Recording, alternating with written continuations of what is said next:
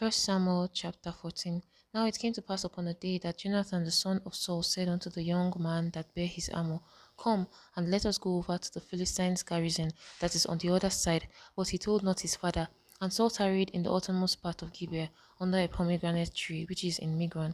And the people that were with him were about 600 men. And Ahiah, the son of Ahitub, Ichabod's brother, the son of Phinehas, the son of Eli, the Lord's priest in Shiloh, wearing an ephod. And the people knew not that Jonathan was gone. And within the passages by which Jonathan sought to go over the Philistines' garrison, there was a sharp rock on the one side and a sharp rock on the other side, and the name of one was Bozez, and the name of the other Sinai. The forefront of one was situate northward over against Michmash, and the other southward over against Gibeah. And Jonathan said to the young man that bare his armor, Come, and let us go over unto the garrison of these uncircumcised.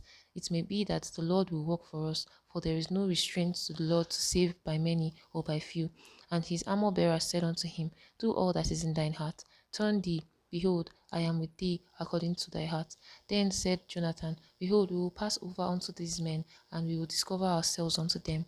If they say thus unto us, Tarry until we come to you, then we will stand still in our place, and will not go up unto them. But if they say thus, Come up unto us, then we will go up, for the Lord hath delivered them into our hand, and this shall be a sign unto us. And both of them discovered themselves unto the garrison of the Philistines. And the Philistines said, Behold, the Hebrews come forth out of the holes where they had hid themselves. And the men of the garrison answered Jonathan and his armor bearer, and said, Come up to us, and we will shew you a thing. And Jonathan said unto his armor bearer, Come up after me, for the Lord had delivered them into the hand of Israel. And Jonathan climbed up upon his hands and upon his feet, and his armor bearer after him, and they fell before Jonathan, and his armor bearer slew after him. And the first slaughter which Jonathan and his armor bearer made was about 20 men. Within it were an half acre of land, which a yoke of oxen might plough. And there was a trembling in the host, and in the field, and among all the people. The garrison and the spoilers, they also trembled, and the earth quaked, so it was a very great trembling. And the watchmen of Saul in Gibeah of Benjamin looked, and behold, the multitude melted away, and they went on beating down one another. And Saul said unto the people that were with him, Number now, and see who is gone from us. And when they had numbered, behold, Jonathan and his armor bearer were not there. And Saul said unto Ahiah, Bring hither the ark of God, for the ark of God was at that time with the children of Israel. And it came to pass, while Saul talked unto the priests, that the noise that was in the host of the Philistines went on and increased. And Saul said unto the priest, Withdraw thine hand. And Saul and all the people that were with him assembled themselves, and they came to the battle. And behold, every man's sword was against his fellow, and there was a very great discomfiture.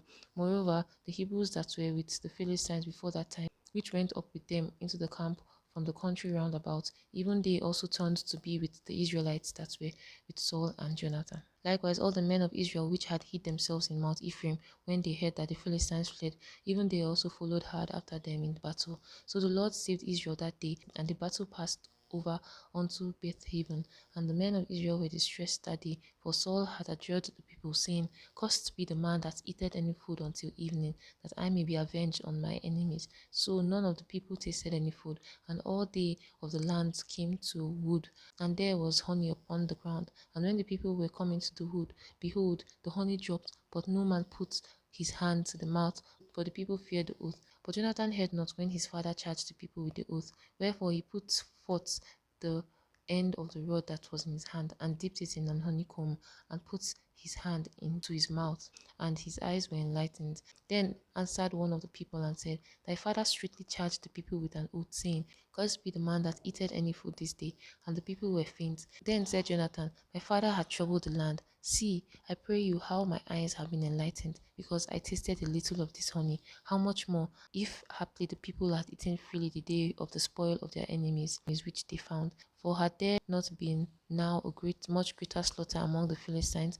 And they smote the Philistines that day from Michmash to Aijalon, and the people were very faint. And the people flew upon the spoil, and took the sheep and oxen and cows, and slew them on the ground, and the people did eat them with the blood. And they told Saul, saying, Behold, the people sinned against the Lord, in that they eat with the blood. And he said, Ye have transgressed. roll a great stone unto me this day.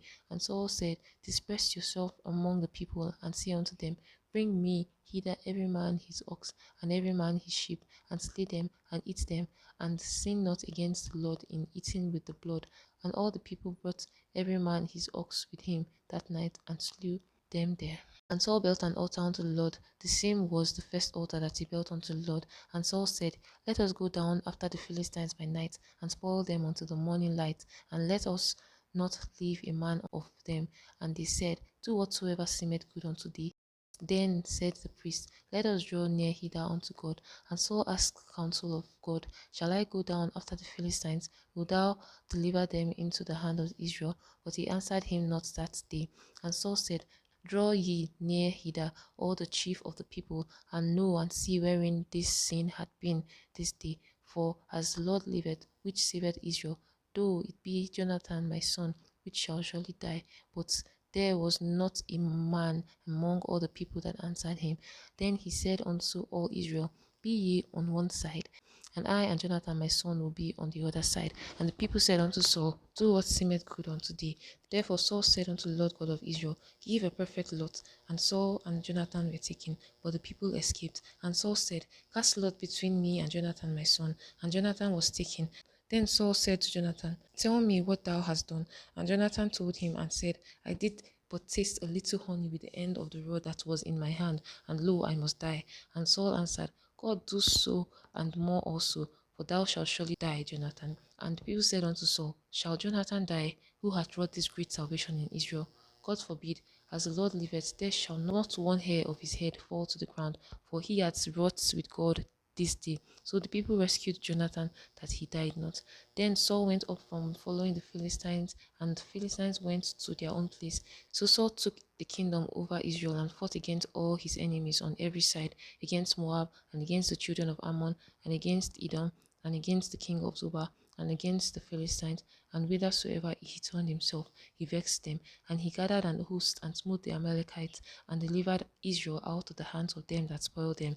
Now the sons of Saul were Jonathan, and Ishu, and Malchishua, and the names of his daughters were these: the name of the firstborn, Merab, and the name of the younger, Melchal. The name of Saul's wife was Ahinoam, the daughter of Ahimaaz, and the name of the captain of his host was Abner, the son of Ner, Saul's uncle.